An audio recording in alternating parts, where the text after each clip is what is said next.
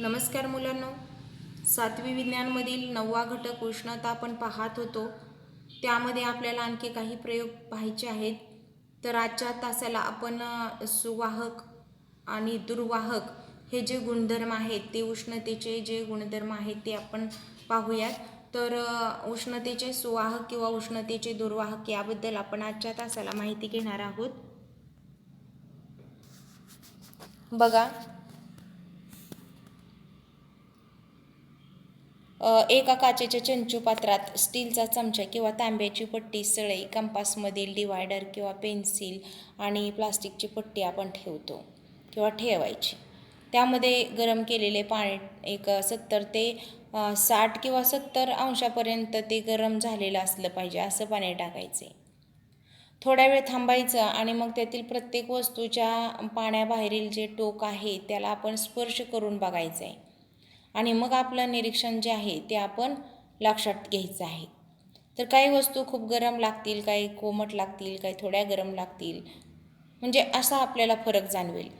याच्यावरून आपण एकच निष्कर्ष काढू शकतो, तो म्हणजे कसं, तर काही वस्तू या उष्णतेच्या सुवाहक असतात तर काही उष्णतेच्या दुर्वाहक असतात. आता सुवाहक म्हणजे उष्णता त्यामधून सहजपणे वाहून नेली जाते आणि दुर्वाहक म्हणजे उष्णता सहजपणे त्या वस्तूमधून वाहून नेली जात नाही. आता उदाहरणार्थ बघा, काही पदार्थ हे उष्णतेचे सुवाहक असतात, काही नसतात. पण तांब्याची पट्टी किंवा स्टील यामधून बघा उष्णता फार जलद वाहते आणि प्लास्टिक किंवा लाकूड यामधून फार सहजपणे उष्णता वाहून नेली जात नाही. त्यामुळं बघा, जर आपल्याला चहा प्यायचा असेल आणि तो आपण काचेच्या ग्लासमध्ये किंवा मातीच्या कपामध्ये घेतला तर आपण सहजपणे त्या वस्तूला हात लावू शकतो. परंतु जर तोच चहा आपण स्टीलच्या ग्लासमध्ये किंवा तांब्याच्या भांड्यामध्ये घेतला तर आपण सहजपणे त्या भांड्याला हात लावू शकणार नाही, कारण ते अतिशय गरम होते.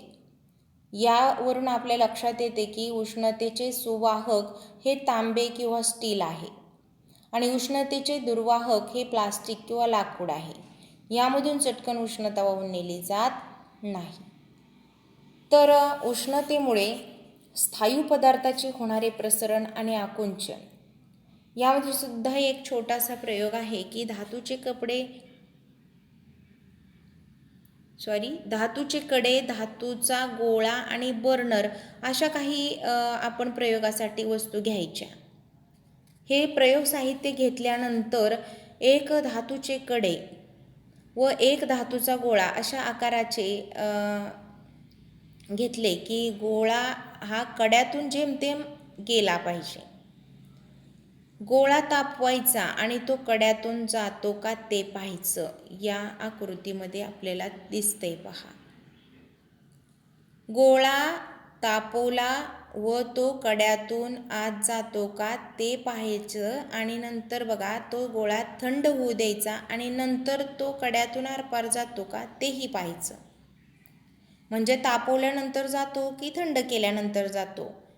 तर हा प्रयोग केल्यानंतर आपल्या लक्षात येईल की उष्णतेमुळे धातू प्रसरण पावतात आणि उष्णता काढून घेतली की धातू आकुंचन पावतात. म्हणजे थोडक्यात कसं की उष्णता देण्यापूर्वी इथं आकृतीमध्ये आपल्याला दिसतंय पहा. तर तुम्हाला इथं दिसेल की उष्णता देण्यापूर्वी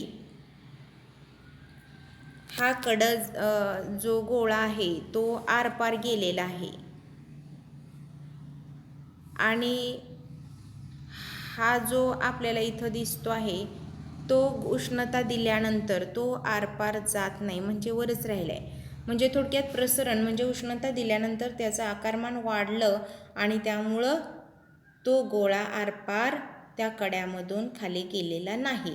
आणि उष्णता देण्यापूर्वी आकुंचन पावला म्हणजे तो आकाराने कमी झाला आणि त्यामुळं तो गोळा आरपार गेलेला आहे.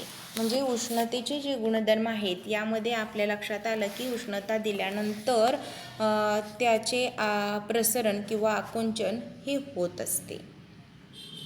उष्णतेमुळे द्रव पदार्थाचे सुद्धा प्रसरण आकुंचन होते का? जसं आपण त्या गोळ्याचा किंवा कड्याचा जो प्रयोग पाहिला त्याच्यामध्ये स्थायू पदार्थामध्ये प्रसरण आकुंचन होते, परंतु उष्णतेमुळे द्रव पदार्थामध्ये आकुंचन होते का? तर तो सुद्धा इथं एक छोटासा प्रयोग आहे, तो पहा जरा. तर इथं सुद्धा आपण एक 100 मिलीचे शंकुपात्र, 2 छिद्रे असलेले रबरी बुच, काचेची पोकळ नळी, मोजपट्टी, तापमापी स्टँड, जाळी, बर्नर, आलेख आणि इत्यादी आपण घेतलेलं साहित्य आहे. तर शंकुपात्र हे पाण्याने पूर्णपणे भरायचे. काचेची नळी आणि तापमापी रबरी बुचामध्ये बसवून शंकुपात्रामध्ये बसवायची, जसं आपल्याला या आकृतीमध्ये दिसतंय तसं. पान नंबर 62 ही आकृती आपल्याला पाहायला मिळते, पहा. तर पाण्याला उष्णता द्यायला सुरुवात करायची आणि मोजपट्टीच्या आधाराने काचेच्या नळीमधील पाण्याची पातळी ही तापमानाच्या प्रत्येक 2 अंश सेल्सिअस वाढीनंतर नोंदवायची. सर्वसाधारणपणे आपल्या लक्षात येईल की 10 वाचने घ्यायची आणि 10 वेळा आपण निरीक्षण करून जर ते वाचन लिहिलं किंवा नोंद घेतली तर तापमान वाढत असताना पाण्याच्या पातळीत जो बदल होतो तो आलेख काढायचा आणि उष्णता देणं थांबवल्यानंतर काय होतं ते पण पाहायचं.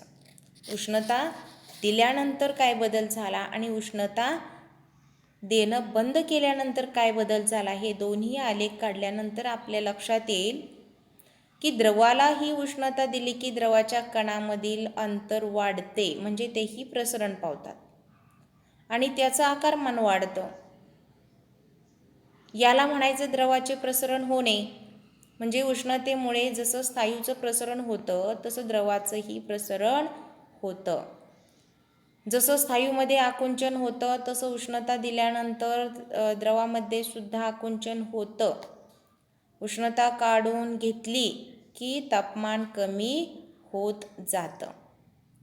जसं आपण स्थायू आणि द्रवामध्ये पाहिलं तसं वायूमध्ये प्रसरण आणि आकुंचन होतं का, तोही एक छोटासा प्रयोग आहे, पहा. तर बघा, वायूचा जो आहे त्या वायूमध्ये उष्णतेमुळे प्रसरण आकुंचन होते का, तोही प्रयोग छोटा आहे.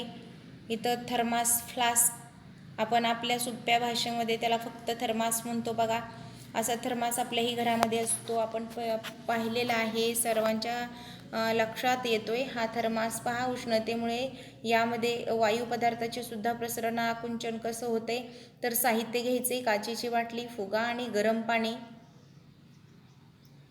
घरच्या घरी तुम्ही हा प्रयोग करू शकताय. बघा, काय घ्यायचं, काचेची बाटली घ्यायची, एक फुगा घ्यायचा आणि गरम पाणी घ्यायचं आणि कृती करायला सुरुवात करायचं. एका काचेच्या बाटलीवर फुगा लावायचा आणि बाटली गरम पाण्यामध्ये धरायची. मग काय होते हे तुमच्या लक्षात येईल. उष्णता दिल्यामुळे त्याही वायूंचे आकारमान वाढते आणि वायूला काय होतं तर प्रसरण होते आणि आकारमान वाढते. उष्णता काढून घेतली की वायूचे आकारमान कमी होते, म्हणजेच आकुंचन होते. म्हणजे स्थायू, द्रव किंवा वायू कोणत्याही अवस्थेमध्ये उष्णतेमुळे प्रसरण आकुंचन ही क्रिया घडतेच, पहा. आता याच पद्धतीनं आपण थर्मास फ्लास्क याबद्दलची आपण क्रिया पाहणार आहोत. त्याला ड्युआर फ्लास्क असं सुद्धा म्हटलं जातं. चहा, कॉफी, दूध यासारखे पदार्थ दीर्घकाळ गरम राहण्यासाठी किंवा सरबतासारखे पदार्थ थंड राहण्यासाठी आपण हा थर्मास वापर करतो. बघा, त्यांची रचना आणि कार्य कसं असतं हे आपल्याला या आकृतीमध्ये लक्षात येते. तर याला दुहेरी भिंत असलेला असा फ्लास्क असतो. यात एकात एक असे बसवलेल्या काचेच्या चांगल्या सीलबंद नळ्या असतात. दोन्ही नळ्यांचे पृष्ठभाग हे चांदीचा मुलामा देऊन चकचकीत केलेले असतात आणि या दोन्ही नळ्यांदरम्यानची जी हवा असते ती काढून घेतलेली असते आणि तिथं एक पोकळी निर्माण केलेली असते. त्याला आपण निर्वात पोकळी असे म्हणतो. बघा, नळ्यांच्या बाहेर संरक्षक बरणी असते, धातू किंवा प्लास्टिकची असते. बघा, ती बरणी. तर ही बरणी आणि आतील फ्लास्क यामध्ये स्पंज किंवा रबराचे तुकडे फ्लास्कच्या संरक्षणासाठी लावलेले असतात. आणि यांचं कार्य कसं चालतं तर जेव्हा एखादा उष्ण पदार्थ असतो तो फ्लास्कमध्ये ठेवला तेव्हा आतील नळीच्या चकचकीतपणामुळे बाहेर जाणारी उष्णता पुन्हा आतच परावर्तित होते आणि त्यामुळे तिचे प्रारण होते असे आपण म्हणतो. निर्वात पोकळीमुळे उष्णतेचे वहन होऊ शकत नाही आणि अभिसरणही होऊ शकत नाही. त्यामुळे उष्णता बाहेरील थंड भागाकडे संक्रमित होत नाही आणि आतल्या आत दीर्घकाळ राहते.